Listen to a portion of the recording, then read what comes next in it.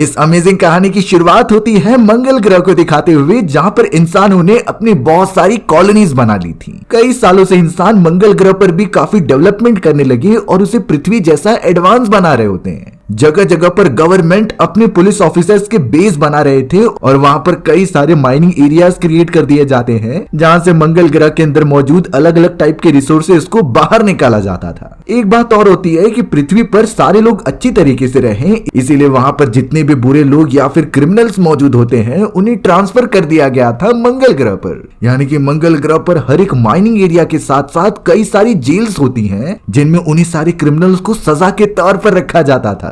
अब हमें एक जगह पर बहुत सारे गवर्नमेंट मेंबर्स दिखाए जाते हैं जो कुछ बात करने के लिए एक मीटिंग कर रहे थे। उनकी जो हेड मेंबर होती है वो सभी से एक इम्पोर्टेंट बात शेयर करना चाहती थी। उसने साफ साफ बताया कि किसी माइनिंग एरिया से एक ट्रेन सीधा हमारे लोकेशन पर आई है। जांच करने पर पता चला कि उस ट्रेन में तो कोई भी नहीं था, वो तो ऑटो पायलट मोड पर चल रही थी। लेकिन ट्रेन के अंदर कई सारे खून के धब्बे मिलने के कारण उन्होंने और ज्यादा जांच पड़ताल की। तब जाकर पता चलता है कि ट्रेन के अंदर तो एक उनकी सोल्जर मौजूद है जिसका नाम मेलेनी था। मेलेनी को जल्द से जल्द मेडिकल ट्रीटमेंट के लिए लाया गया और उसे अच्छी ट्रीटमेंट दी गई। दरअसल बात यह थी कि कुछ दिनों पहले मेलेनी और उसके कई सारे सोल्जर्स टीम को एक माइनिंग एरिया के जेल में जाकर कुछ क्रिमिनल्स को वापस लेकर आना था। लेकिन उनके साथ आखिर में क्या हुआ और ये ट्रेन इस तरीके से कैसे यहाँ पर आ गई, इसके बारे में उन्हें डीप इन्वेस्टिगेशन करनी होगी। वो सभी तो अब मेलेनी के ठीक होने का वेट करने लगे, क्योंकि वही एक्चुअल सिनेरियो बता सकती है कि वहां पर क्या हुआ। मेलेनी यहाँ पर कुछ घंटों के अंदर ठीक हो गई थी, इसीलिए वो सभी के सामने पेश की जाती है ताकि वो सिनेरियो बता सके। अब मेलेनी ने शुरुआत से सब कुछ बताना स्टार्ट किया जब वो अपनी टीम के साथ ट्रेन में मौजूद होकर जेल की तरफ जा रही थी। मेलेनी की टीम के अंदर कई सारे सोल्जर्स मौजूद थे जो अभी ट्रेन का सफर तय कर रहे होते हैं। उनमें से एक बटलर नाम का आदमी था जो मेलेनी से बहुत प्यार करता है, पर उसने आज तक कभी मेलेनी से बताया नहीं और उसे ही बार बार घूरता रहता है। मेलेनी को इससे कुछ फर्क नहीं पड़ता था, वो तो अपने काम पर ध्यान देती है। अब उनके टीम की एक कमांडर थी जिसका नाम हेलेना होता है।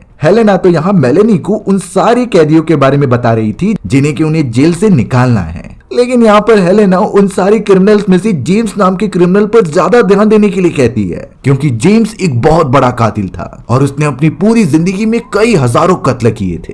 तो हेलेना अपने सारे टीम मेंबर्स को सावधान रहने के लिए कहती है, क्योंकि इमरजेंसी कभी भी आ सकती थी। अब यहाँ उनकी ट्रेन सफर करते हुए उस माइनिंग एरिया तक पहुंच जाती है जहाँ पर जेल मौजूद थे। सभी अपने वेपन्स लेकर जैसे ही नीचे उतरते हैं तो उन्हें कहीं न कहीं लगने लगा कि कोई उनका पीछा कर रहा है। अजीब तरीके की आवाजें उस जेल के चारों तरफ घूम रही थी, पर यहाँ हमारा बटलर तो मेलेनी के पास आकर उससे बात करने की कोशिश करता है, क्योंकि उसे अच्छा लगता था। मेलेनी तो इस वक्त भी बटलर को नोटिस नहीं करती और अपने काम के लिए आगे बढ़ जाती है। लेकिन सोल्जर्स को एक बात नहीं समझ में आ रही थी कि यहाँ इतने सारे गार्ड्स मौजूद होते हैं, आखिर वो कहाँ गए। उस बेस कैंप और जेल के चारों तरफ कोई भी नहीं दिखाई दे रहा था। इसी बात को पता करने के लिए हेलेना अपने सभी सोल्जर्स को कहती है कि हमें अंदर जाकर देखना होगा। सभी अलग अलग हिस्से में बट गए और बटलर तो ऑब्वियसली मेलेनी के साथ ही होगा। वो दोनों जब थोड़ा आगे की तरफ बढ़ते हैं तो उन्हें अचानक किसी आदमी का कटा हुआ हाथ दिखाई दिया। ये बहुत ही खौफनाक सीन होता है जिसे देखकर बटलर की भी आंखें खुली की खुली रह गई।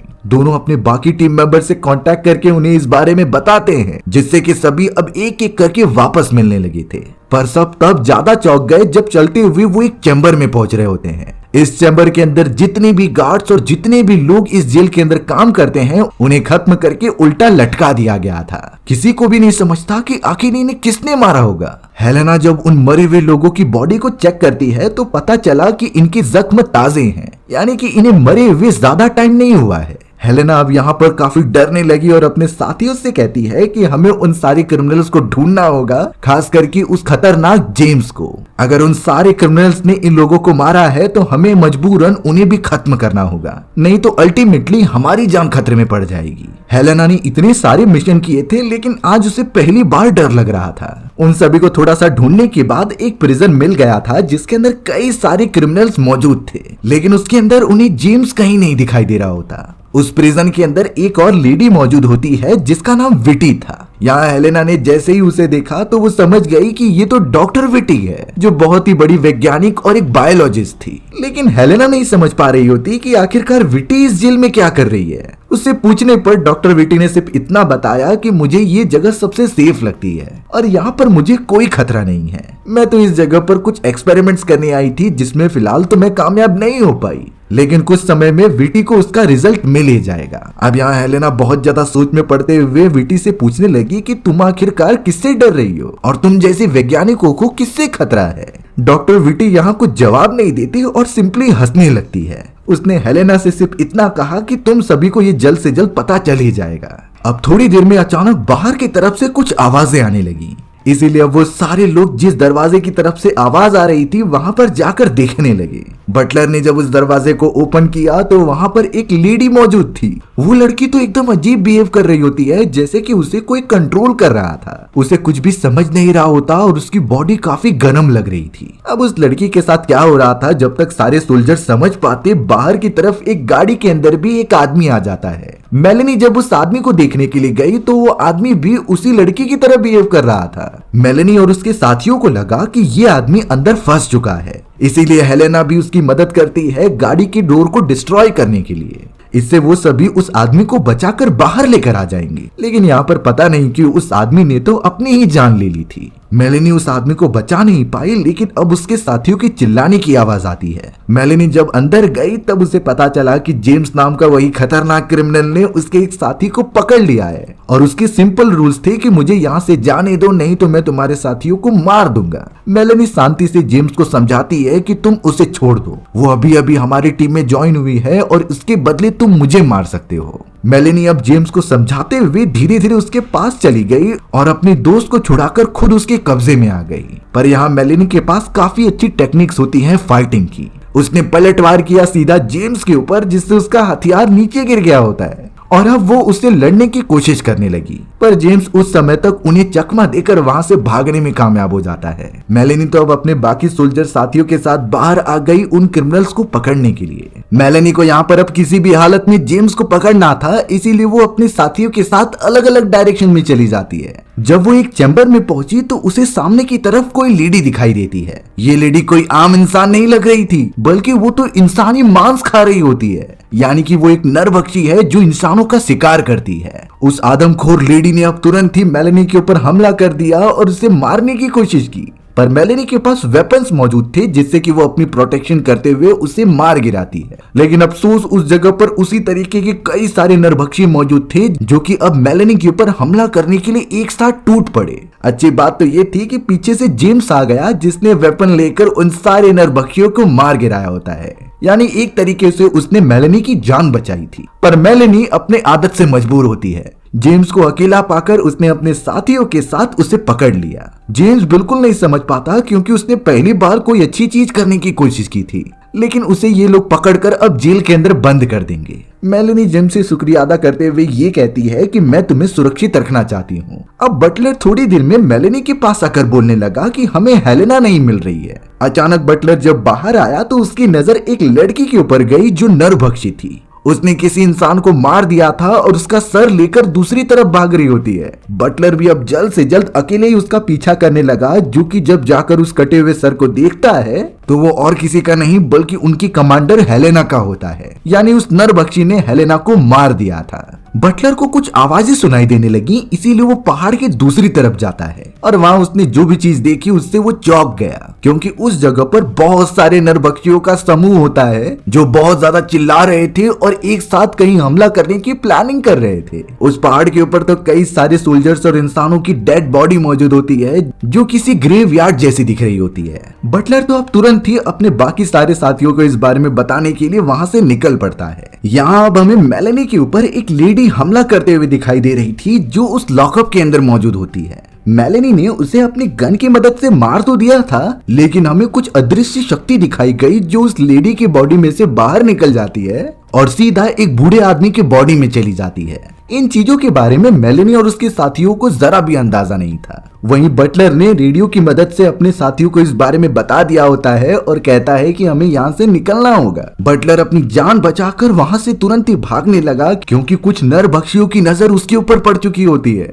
और वो लगातार उसका पीछा करते हुए बेस कैंप तक पहुंचने लगे थे। अगर उन लोगों ने बटलर को पकड़ लिया तो बटलर का मरना निश्चित है। बटलर तो लगातार एक दरवाजे को पीटता जा रहा था और कहता है कि मुझे अंदर आने दो। थोड़े समय में ही दरवाजा खुल जाता है और उसे कुछ लोग अंदर खींच लेते हैं। उन लोगों ने तो सबसे पहले बटलर के ऊपर गन तान दिया था और पूछते हैं कि आखिरकार तुम कौन हो। ये सारे लोग अपने आप को उस जगह के गार्ड बता रहे थे जो उस जेल के सारे सिस्टम्स को मेंटेन करने का काम करते थे। बटलर भी अब यहाँ उन्हें अपने बारे में बताता है कि हम सोल्जर्स हैं और हमारी टीम भी यहाँ पर फंसी हुई है। बटलर ने तो उन नरभक्षियों के बारे में उन सारे लोगों को भी बता दिया था कि बाहर की तरफ वो सभी मौजूद हैं और अगर हमें उनसे बचना है तो ट्रेन के अंदर जाकर यहाँ से निकलना होगा। बटलर उन सारे लोगों को कहता है कि तुम भी हमारी टीम के साथ चलो जिससे कि हम सेफ रहेंगे। और अब वो सभी निकल पड़े थे मेलेनी के पास। वहां पहुंचते ही वो सारे लोग जो अपने आप को गार्ड्स बता रहे थे उन्होंने वेपन लेकर बाकी सारे सोल्जर्स के ऊपर पॉइंट कर दिया था। यहाँ पर हमें पता चला कि ये सारे लोग जो अपने आप को गार्ड बता रहे थे वो दरअसल जेम्स के लिए काम करते हैं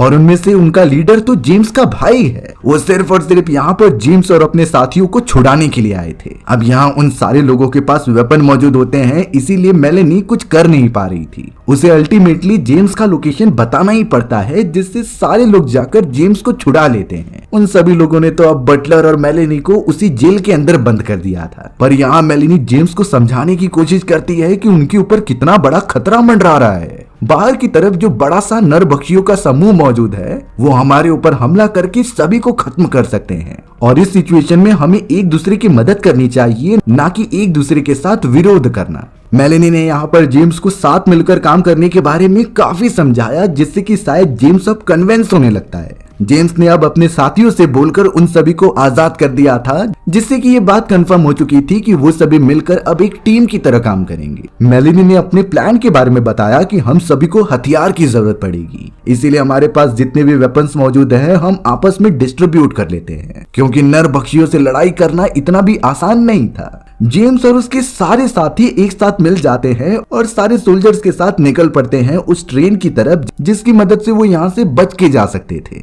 जैसे ही उनकी पूरी टीम ग्राउंड पर आती है तो नरभक्षियों की नजर उनके ऊपर पड़ चुकी थी। सारे नरभक्षी तो उनके बनाए गए स्ट्रक्चर्स को तबाह करने लगे थे और बड़े बड़े धमाकों की वजह से उन्हें मारने की कोशिश करते हैं। सारे नरभक्षियों ने अब बहुत बुरी तरीके से उनके ऊपर हमला करना स्टार्ट कर दिया था, लेकिन मेलेनी की भी टीम शांत नहीं रहती। वो भी उनके ऊपर पलटवार कर रही थी क्योंकि उन्हें ट्रेन की तरफ जाना था। बहुत बुरी तरीके से चारों तरफ एक बड़ी जंग छिड़ गई होती है, बट नरभक्षियों की संख्या इतनी ज्यादा थी कि सभी लोग उनके सामने टिक नहीं पाते और अब तो मेलेनी की टीम को लगने लगा था कि वो ट्रेन तक पहुंच ही नहीं पाएंगे। सारे नरभक्षी तो इतने खतरनाक थे कि वो लोगों के सर ही काट दे रहे थे। इवन वो सभी उनकी बॉडी को चकनाचूर करने से पीछे नहीं हटते। तो इसीलिए मेलेनी ने सभी को बोला कि हमें ट्रेन के यहाँ पे जाने के बजाय अपनी चैम्बर में वापस जाना चाहिए। सभी अपने साथियों की मदद करने लगे चैम्बर में वापस जाने के लिए। इस प्रोसेस में और भी लोग मारे जाते हैं और बहुत ही कम सोल्जर्स बचे हुए थे जो सरवाइव कर पाए होते हैं।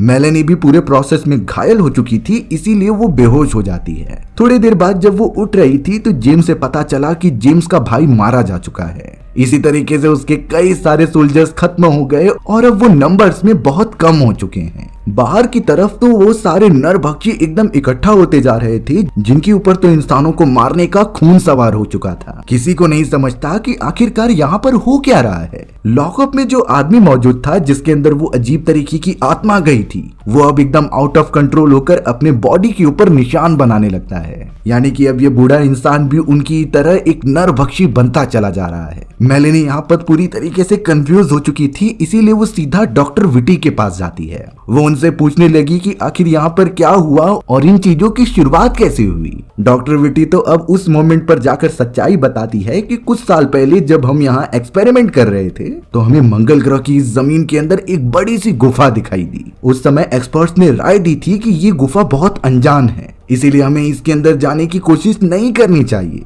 पर इन्वेस्टर्स को इसके अंदर जाकर जानना था कि आखिर क्या मौजूद है, इसीलिए गुफा के अंदर जाकर कई सारे रिसर्च किए गए और सारे दरवाजे को ओपन किया गया। उन्हीं में से एक दरवाजे के पीछे कुछ आवाजें आ रही थी। जब उसे अनलॉक किया गया तो अजीब तरीके के धुएं चारों तरफ फैलने लगे और जो भी इंसान इस डस्ट के कांटेक्ट में आया था उन्होंने अपने कॉन्शियसनेस ही खो दिए, जिसकी वजह से आज जाकर धीरे धीरे वो सभी नरभक्षी बन चुके हैं। डॉक्टर विटी तो उस बूढ़े आदमी की तरफ भी इशारा करते हुए दिखाती है कि ये भी अब नरभक्षी बनता जा रहा है। एक तरीके से इसके अंदर आत्मा है जो ये सारी चीजें उससे करा रही थी और जो भी अगर जिंदा इंसान उनके सामने आ गया तो वो उन्हें मारने से पीछे नहीं हटते थे। बटलर यहाँ पर मेलेनी से कुछ कहना चाहता था, इसीलिए वो उसे एक दूसरे चैम्बर में लेकर जाता है। बटलर मेलेनी से साफ साफ कह रहा था कि मुझे नहीं लगता कि हमारे बचने के चांसेस ज्यादा हैं। इसीलिए बटलर आखिरकार मेलेनी से अपने दिल की बात कहता है। उसने सारी चीजें बोल दी कि कैसे वो उससे प्यार करता है और शादी भी करना चाहता था, लेकिन लगता है कि उनके पास समय बहुत कम है। मेलेनी भी यहाँ पर बटलर की बात मान जाती है और वो भी उसके प्यार को एक्सेप्ट कर लेती है। दोनों एक दूसरे के साथ बहुत क्लोज हो जाते हैं और उस मोमेंट को एंजॉय करते हैं।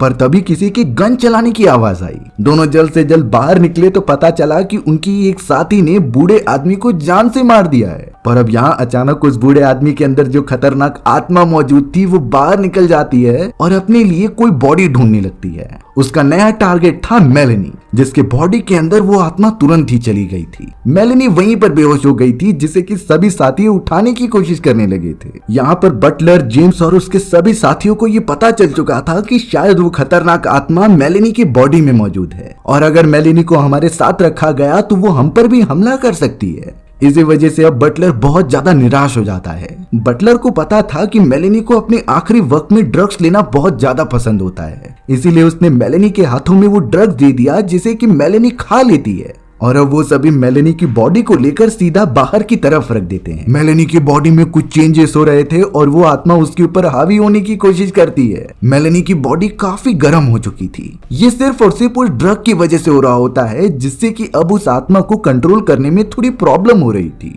और आखिर में उस आत्मा ने हार ही मान ली और मेलेनी की बॉडी को छोड़कर कहीं और चला गया। यानी कि मेलेनी उस आत्मा से पॉसेस नहीं होती।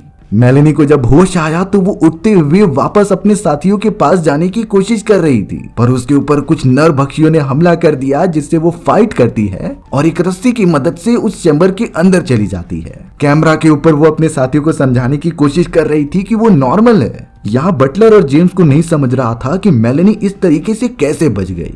वो उसके ऊपर भरोसा करते हैं और गेट ओपन करके उसके ऊपर गन पॉइंट करते हैं, पर मेलेनी जिस तरीके से बातें कर रही थी उन्हें कुछ देर में समझ गया कि मेलेनी ठीक है, उसके ऊपर कोई भी आत्मा का साया नहीं है। यहाँ मेलेनी ने बता दिया कि सारे के सारे आदमखोर एक टीम बनाकर यहाँ घुसने की प्लानिंग कर रहे थे और हमें भी अपने वेपन्स को तैयार रखना होगा उनसे फाइट करने के लिए। बाहर की तरफ वो सारे नरभक्षी दिखाए गए जो एक ग्रुप बनाकर बड़े बड़े हथियार लेके अंदर घुसते हैं। उन्होंने चैम्बर के दरवाजे को ही तोड़ दिया था। यहाँ मेलेनी की वजह से बचे हुए सारे लोग एकदम चौकन्ना हो जाते हैं। उन्होंने अपने भी वेपन उठाए और लगातार दुश्मनों को मारने लगे। भले ही बचे हुए सारे लोग बड़ी बहादुरी से हमला करते हैं, लेकिन उन सारे नरभक्षियों की संख्या तो कम ही नहीं हो रही थी। वो सिर्फ और सिर्फ एक ही चीज जानते थे कि इंसानों की जान लेना, जो कि शायद वो करके ही रहेंगे और अंदर घुसने की पूरी कोशिश करते हैं। मेलेनी और उसके सारे साथी इतनी बहादुरी से लड़ते हुए दूसरी तरफ चले जाते हैं जहां पर ट्रेन मौजूद थी।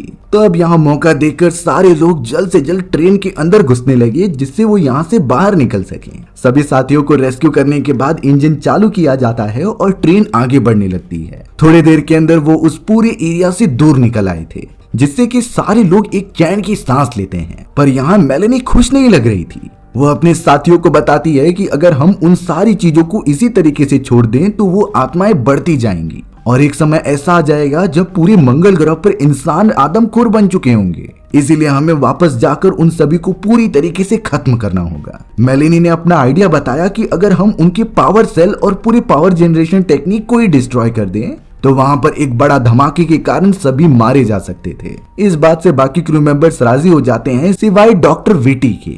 सभी के सभी अब तुरंत ही ट्रेन को वापस उस जगह की तरफ मोड़ने लगे और तुरंत ही उतरकर अपने प्लान को फॉलो करते हैं। उन सभी को पता था कि जैसे ही ट्रेन वो आदमखोर देखेंगे तो उनके ऊपर हमला करेंगे, इसीलिए उन्होंने ट्रेन के कंपार्टमेंट्स को अलग कर दिया और हर एक कंपार्टमेंट में बॉम्ब फिट कर दिया होता है। वो सभी उतरकर आदमखोरों पर हमला कर रहे थे और बाकी आदमखोर कंपार्टमेंट के ऊपर जाते हैं तो वहां ब्लास्ट कर दिया जा रहा था। इस पूरे धमाके के कारण उनका प्लान सक्सेसफुल होता है और आधे से ज्यादा आदमखोर मर चुके थे। फिर भी इतने नरभक्षी अभी भी मौजूद होते हैं जो उन्हें खाकर खत्म कर सकते थे। मेलेनी और जेम्स तो पावर जनरेशन वाले सेल की तरफ जाने लगे जिससे बॉम्ब फिट करके उसे भी डिस्ट्रॉय किया जा सकता था। सबसे बुरी बात तो ये हो गई कि लड़ाई के दौरान बटलर की जान चली जाती है। बेचारा मेलेनी के साथ रहने के सपने देख रहा था पर उसके सपने हमेशा के लिए टूट गए। अब तो यहाँ मेलेनी और जेम्स के साथी ऑलमोस्ट खत्म हो चुके होते हैं। फिर भी दोनों ने बड़ी बहादुरी दिखाई और उस पावर जनरेशन सेल के अंदर बॉम्ब फिट कर दिया।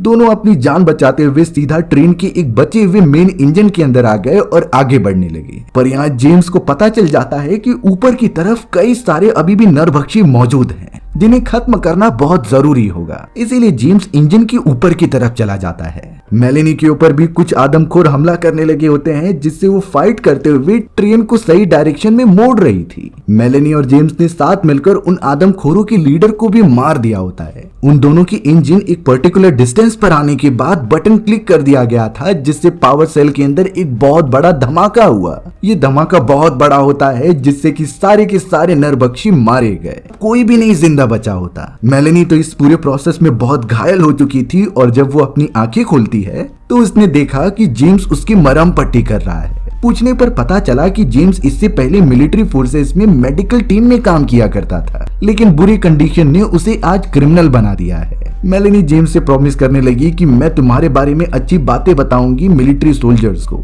जिससे कि जेम्स की सजा माफ कर दी जाए। पर यहाँ जेम्स तो हंसता ही रहता है और आखिर में मेलेनी को हथकड़ी बांध देता है। मेलेनी तो बहुत गुस्से में उसके ऊपर गन पॉइंट कर देती है, पर जेम्स उसे बताने लगा कि तुम चाहे कितनी भी कोशिश कर लो, वो सभी मुझे सजा देकर ही रहेंगे क्योंकि मैं एक क्रिमिनल हूँ। इसीलिए अच्छा तो यही होगा कि मैं अपने रास्ते पर निकल जाऊं। ये बोलने के बाद मेलेनी भी समझ जाती है कि जेम्स सही कह रहा है। जेम्स वहां से सीधा निकल गया और मेलेनी ट्रेन पे से मिलिट्री बेसिस के अंदर आ जाती है। हमें तो अब वही मोमेंट दिखाया गया जब मेलेनी सारे मेंबर्स के सामने बैठकर ये पूरी बातें बता रही थी। मेंबर्स यही पूछते हैं कि आखिरकार जेम्स का क्या हुआ, पर मेलेनी के जवाब साफ थे कि मैंने अपनी आंखें यहाँ पर आकर खोली तो मुझे इसका आइडिया ही नहीं है कि जेम्स जिंदा है या फिर मर गया। कोई सबूत ना होने के कारण वो किसी डिसीजन पर नहीं पहुंच सकते थे और हमारी ये एडवेंचरस कहानी यहीं खत्म हो गई। सो व्यूअर्स, आपको ये स्टोरी कैसी लगी कमेंट सेक्शन में बताना भूलना मत। और अगर आपको मेरा एक्सप्लेनेशन 1% भी अच्छा लगा होगा ना तो वीडियो को लाइक एंड चैनल को सब्सक्राइब जरूर कर देना।